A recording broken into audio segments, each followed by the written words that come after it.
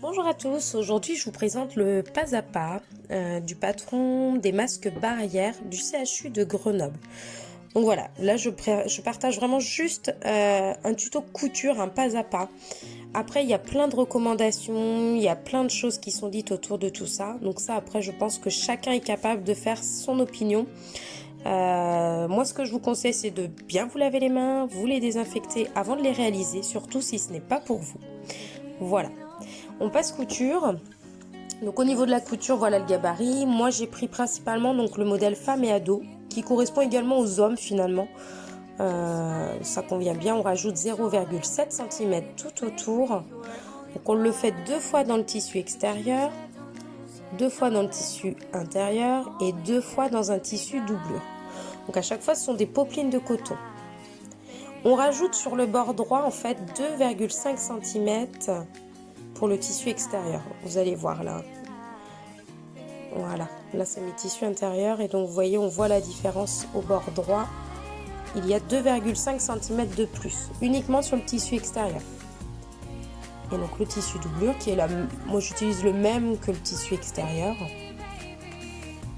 Donc à chaque fois vous le faites en deux couches.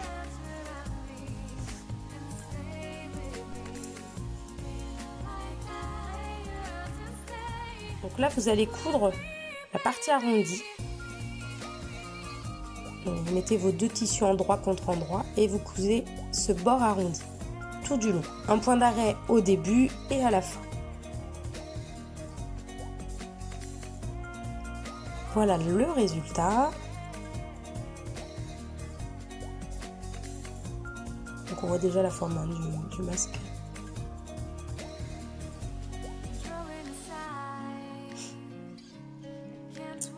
Donc là on prend une épaisseur du tissu intérieur, les deux épaisseurs endroit contre endroit du tissu doublure et une épaisseur du tissu intérieur. Donc le tissu bleu, la bleu-vert en fait c'est celui qui ne se voit pas. Donc vous le mettez bien sur les deux extérieurs en fait. Les deux tissus endroit contre endroit doivent se retrouver en sandwich à l'intérieur. Et même chose, vous allez coudre la partie arrondie. Point d'arrêt au début.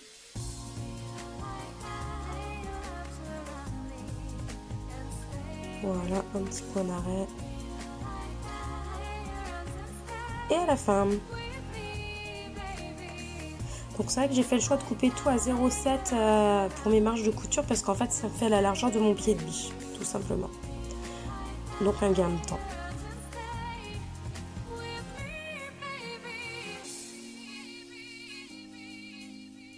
Donc voilà. Vous coupez bien vos fils à chaque fois. Et voilà ce que ça vous donne. Donc vous avez la partie qui sera visible et donc ça sera à l'intérieur avec les coutures. Maintenant vous écartez bien les coutures. Donc là je suis au-dessus du nez, là, la partie arrondie en haut du nez. Donc on écarte bien les coutures. On va prendre les deux tissus extérieurs et on va faire la même chose. On va bien écarter les coutures. Et c'est la seule fois dans ma couture où je vais utiliser une épingle parce que c'est vrai que c'est conseillé de ne pas trop percer vos tissus. Et donc mon épingle, je vais la faire traverser pour que mes coutures soient vraiment mises face à face. Donc je la fais traverser dans la couture en fait. Donc logiquement, on perce même pas dans le tissu et ça permet de mettre vos coutures face à face. Voilà, je pique vraiment au milieu de la couture. Et de l'autre côté, logiquement, si c'est bien positionné, on arrive à faire ressortir l'épingle dans la couture. Voilà. On égalise et on va pouvoir faire toute cette couture avec l'arrondi. Hop, on positionne bien ces tissus bord à bord. Si vos découpes sont bien faites, ça bouge pas. Et on attaque pour faire toute la couture tout du long. Alors je fais pas de point d'arrêt non plus au début, en fait je pars un peu plus loin et hop, je fais jamais de point d'arrêt. Ça permet d'être plus rapide quand vous en avez plusieurs à faire. Hop. Bien égaliser vos bords.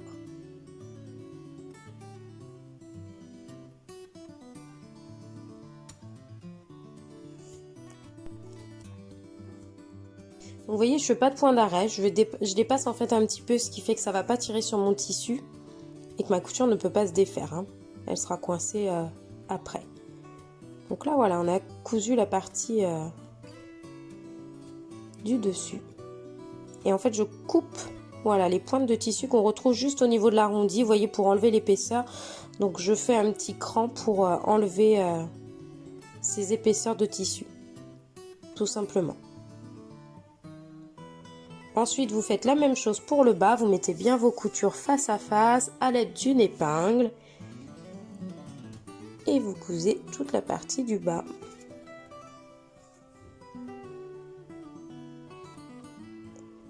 Pareil, je pars un peu plus loin de mon tissu, mes deux tissus doublure, sans faire de point d'arrêt.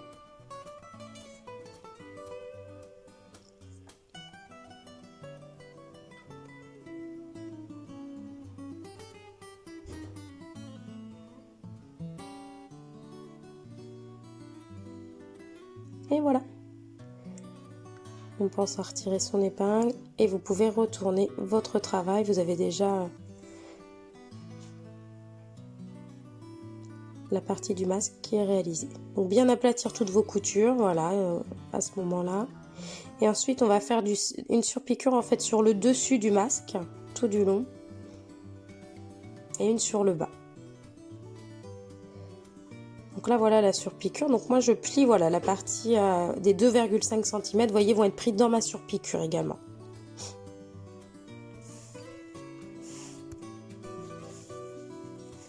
Donc la surpiqûre, ça va permettre d'écraser en fait vos coutures, de les aplatir et de le maintenir en place, le masque. Elle se fait à 1 mm du bord, 1 ou 2 mm du bord. Donc là vous la faites bien tout du long, donc il faut bien mettre vos coutures aplaties en fait.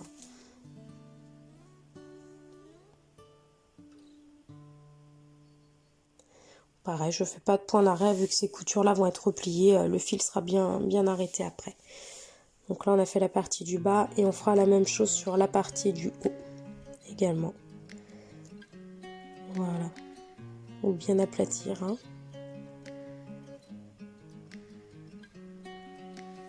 Alors, contrairement au modèle du CHU de Grenoble, moi, je ne fais pas la surpiqûre qui se retrouve au milieu du masque, en fait. Là où on a les coutures, il y avait aussi une surpiqûre qui a été proposée. Donc je ne la fais pas, j'ai fait le test en faisant les deux façons et au final je trouve qu'elle n'apporte rien. Donc voilà, vous pouvez ne vous en passer. Si vous souhaitez vraiment la faire, vous la faites. Voilà.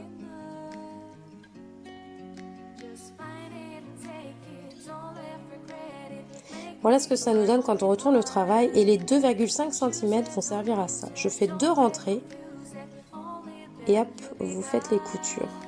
Donc là, pareil, ça doit être à 1 mm en fait du bord du rabat en fait, hein. Vous allez voir, je vais vous le présenter de plus près une fois que ma couture va être faite.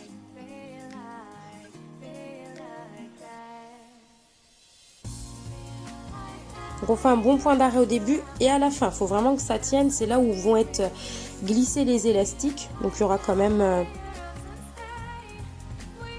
de la force en fait sur cette partie-là. Donc il faut vraiment bien faire un bon point d'arrêt. Et donc voilà la couture, ça nous forme en fait cette petite gouttière pour faire les élastiques. On plie une fois et 2 fois. Et on coud au plus près en fait, hein, pour pouvoir laisser, en général ça fait à peu près 1 cm pour pouvoir glisser l'élastique en fait. Si vous utilisez des élastiques plus larges, parce qu'il y a aussi pénurie d'élastiques, faites en fonction de votre élastique. Dans ces cas-là, rajoutez 3 cm, 4 cm s'il le faut. À vous de vous adapter avec ce que vous avez sous la main.